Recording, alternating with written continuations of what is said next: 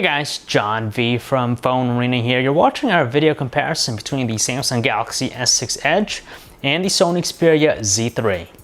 Okay, so it's the best thing from Samsung versus Sony's flagship device, which has been out for quite some time now. So when you think about that, you might already think right from the start that the S6 has many advantages over the Xperia Z3, but don't count out Sony's flagship smartphone because it still has some qualities that you don't find too frequently in today's flagship devices. There's definitely something similar about the designs of both handsets. They make good use of glass with metal trim bezels, but that's pretty much where it ends. The S6 Edge just has a cool aesthetic to it thanks to the dual curved display. It's unique looking and it does make it stand out from the crop out there. But you can't count out the Xperia Z3 either. It has one of the most underrated smartphone designs out there. That's because not only is it premium by nature, it's also one of the few remaining that's water resistant, so you could technically submerge it, whereas with the S6 Edge, you can't do that. Now, the S6 Edge is thinner, lighter, more compact, but in the hand feel, we actually prefer the Xperia Z3 just because the edges of the S6 Edge are rather sharp to the touch. Now, Samsung manages to throw in a bunch of different goodies in the S6 Edge. They include things like its fingerprint sensor, IR blaster, heart rate sensor, built-in wireless charging. But with the Xperia Z3, the only cool things that you get here are just dual front-firing speakers. You have a dedicated shutter key so you can access the camera at any time. And it also has a micro SD card slot so you could actually increase its storage capacity. That alone might appeal to a lot of people because you no longer have expandable storage with the Galaxy S6 Edge. The displays are gorgeous and crisp on both handsets. You have a 5.1-inch Quad HD Super AMOLED display in the S6 Edge, whereas with the Xperia Z3, it's a little bit larger at 5.2 inches, but it's only a 1080p LCD panel. Now, obviously, from a normal distance, it's really hard to make out the superiority of the S6 Edge's resolution, but when we look at them very close, we definitely notice the difference between the two. It's just a lot more sharper and detailed with the S6 Edge display. On top of that, there's a lot of high qualities with the S6 Edge display too. It stands pretty strong with its brightness output at 553 nits, though the Xperia Z3 is actually brighter. It's over 700 nits with it. But you get better color accuracy and the more ideal color temperature with the S6 Edge's display. So all told, the package with the S6 Edge display is quite impressive. Still good with the Xperia Z3, but not as accurate or as high quality that we get with Sammy's device. Now, they're both running different customized versions of Android, but the S6 Edge benefits slightly from having the latest version out of the box. You have Android 5.0 Lollipop versus KitKat still with the Z3 here. They have their different looking experiences. We definitely like the look and feel of the Xperia UI. There's just a lot more dynamic effects in play. It just has a really lively look. Whereas with TouchWiz, even though it's more toned down than previous iterations, it doesn't quite have the dynamic appeal that we get out of the Xperia UI.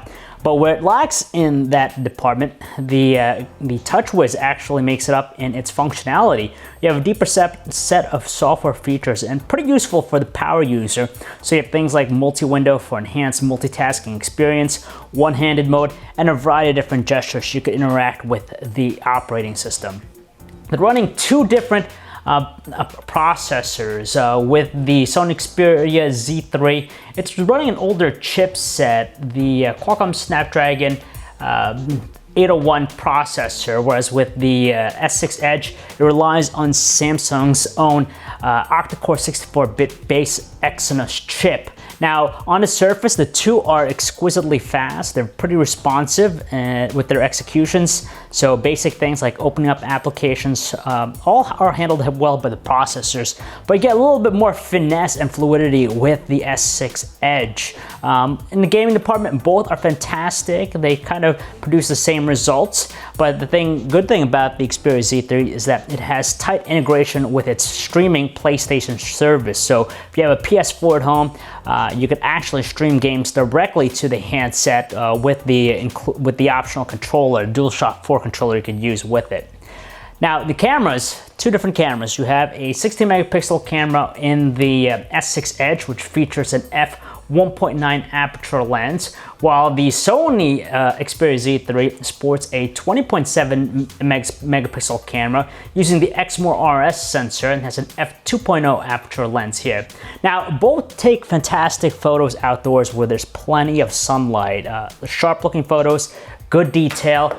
But where it really stands apart is in the low lighting department. The S6 Edge is just better equipped at handling that situation. They do come out marginally brighter in tone, but we're also able to see more sharpness and details in the process with the S6 Edge's camera. The Xperia Z3 takes some reasonable photos, but there's more noise with its composition. And when it comes to video recording, they both shoot at a 1080p quality in addition to 4K video, which is pretty nice. But of course, we still favor the S6 Edge's results. It just looks better. Focusing's a lot smoother, and audio recording has a more robust tone with it. With the Z3, the audio recording sounds a little bit on the sharp side. Now the two are great for multimedia usage consumption, so listening to music, watching videos is great on both. Really can't complain about the experience. When it comes to call quality though, we don't find one handset really appealing to us more so than the other. We'd say that they're pretty much average in tone. They have their own displeasing qualities. For example, with the S6 Edge, there's a slight hiss to voices with the earpiece. Now with the Z3, there's a slight muffled tone with them. Battery life is an interesting one. The Xperia Z3 has the larger battery capacity, 3100 milliamp hours, versus the 2600 milliamp hour battery of the S6 Edge. Now, in a battery benchmark test, the S6 Edge achieves a mark of 8 hours and 11 minutes, which is pretty good actually, but the Z3 edges it out a lot longer at 9 hours and 29 minutes. Day-to-day use, you're gonna easily get a solid day of normal usage out of them.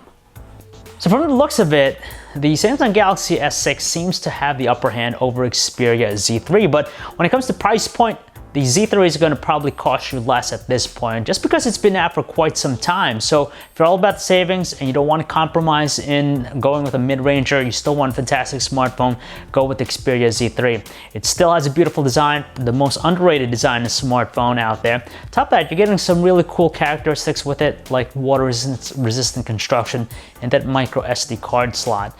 On the flip side, if money's not a concern, you want the latest and greatest, you might as well just go with the Galaxy S6 Edge. It has an edgier design, and on top of that, a fantastic all-around performance. So if you guys want to learn more about either handset, you can check out our website, PhoneArena.com. It's John V. Thanks for watching.